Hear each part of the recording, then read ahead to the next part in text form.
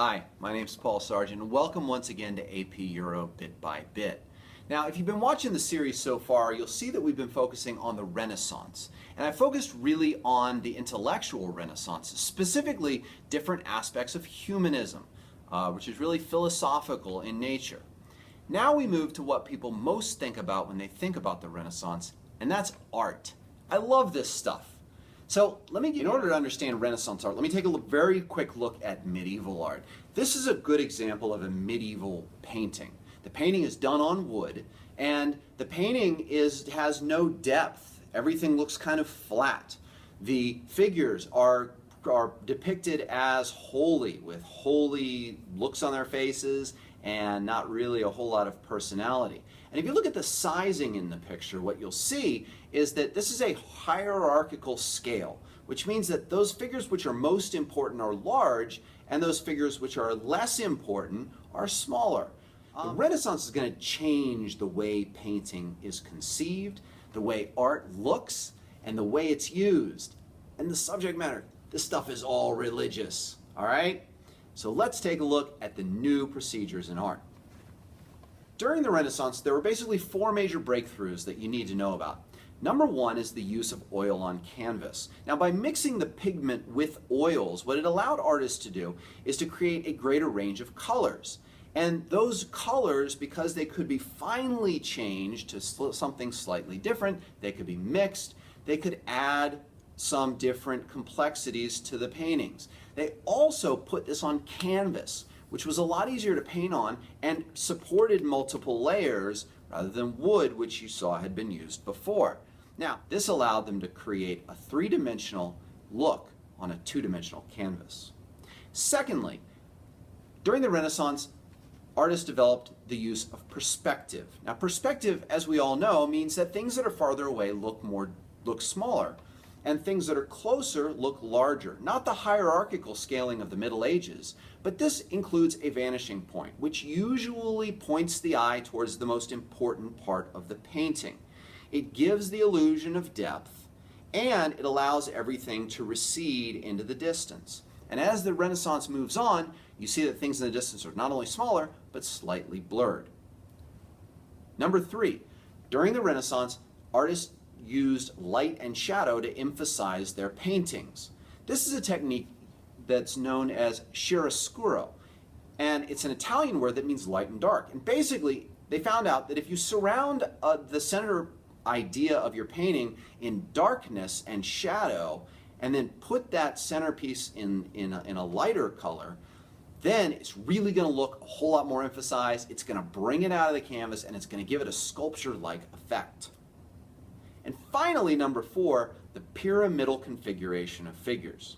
During the Renaissance, they realized or discovered that if you arranged figures or arranged the pose of figures into certain pyramidal configurations, not only did it bring emphasis to the right place, but it also gave it a more visually appealing and balanced sense. Now, during the Renaissance, you need to understand there were three main Renaissance periods in terms of art. Period number one is the early Renaissance. We're talking the 15th century here. This is where they're now starting to move away from the Middle Ages, and they're starting to experiment with some of these new ideas. Your big Renaissance artists are Massaccio. Massaccio brings emotion to paintings and brings figures to life so that they're more realistic than the medieval painting that we took a look at earlier. Donatello brings the idea of freestanding sculpture and creates the first freestanding nude since the classical times. This is Donatello's David, his most famous work. And there's Botticelli, who focused more on the mythical and less on the religious, and is known as one of the great artists of the early Renaissance. His Birth of Venus is shown, parodied, used everywhere. After that, next we come to what's known as the High Renaissance. Now, during the High Renaissance, between about 1500 and 1520, the focus of the Renaissance shifts from Florence into Rome and Venice. Now, works are being financed by Venetian merchants, and they're being financed by the Roman papacy, the Pope and the Roman Catholic Church. These are the stars of the Renaissance. These are the ones that you know. We're talking about Leonardo da Vinci, the painter of the Mona Lisa, the painter of the Last Supper, and the source of a few Dan Brown novels. But trust me, there's nothing to it. Let's move on.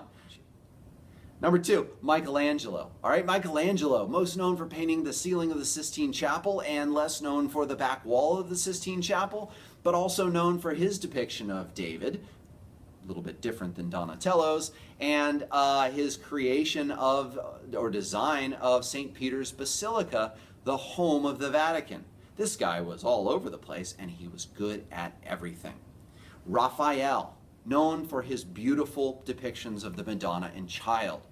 And finally, Titian, who's by many considered to be the father of modern painting. He's our Venetian guy, and he dominates art for a very long time with his absolutely picturesque and unbelievable paintings. Love his stuff. So during and throughout this period, a knowledge of the Renaissance starts to move to Northern Europe. And so art historians and historians characterize this as a Northern Renaissance. And the Northern Renaissance really perfected the idea of oil paintings. The detail they get is unbelievable. And this creates an illusion of reality on the campus. The major figures here, just a few. Jan van Eyck. He creates microscopic detail, like you can see here, that absolutely is, you would think this was taken by a camera. Hieronymous Bosch. I don't know what this guy was on, but wow. He created all of these paintings which depicted heaven and hell, the judgment. He depicted, oh my gosh, these things you could spend hours looking at one of these and not get all the details. But he was a little crazy, I think. Pieter Bruegel, he depicted lots of peasant life and has lots of depictions and lots of paintings of sort of like the normal life of the everyday Northern Renaissance person. Hans Holbein, the painter of princes. His portraits of princes, wow, that was kind of alliterative for those of you who know English. His portrait paintings of princes were absolutely loved, and they're detailed beyond belief. And finally, we come to Albrech Durer, who put together a lot of different things and worked in a lot of different mediums. But he's best known because he takes the realism of the Northern Renaissance and combines it with all of the innovations of the Italian Renaissance to create unbelievable works of art. So that's an overview of Renaissance art. Now, I know I haven't touched on everything, and art historians, please excuse my oversimplification, but those are the things that you need to know. 4 basic new techniques and 3 eras that are going to characterize this Renaissance movement. So please click subscribe so you get notified when I post new videos. And as always, my name's Paul Sargent. This is AP Euro Bit by Bit. Thanks for watching.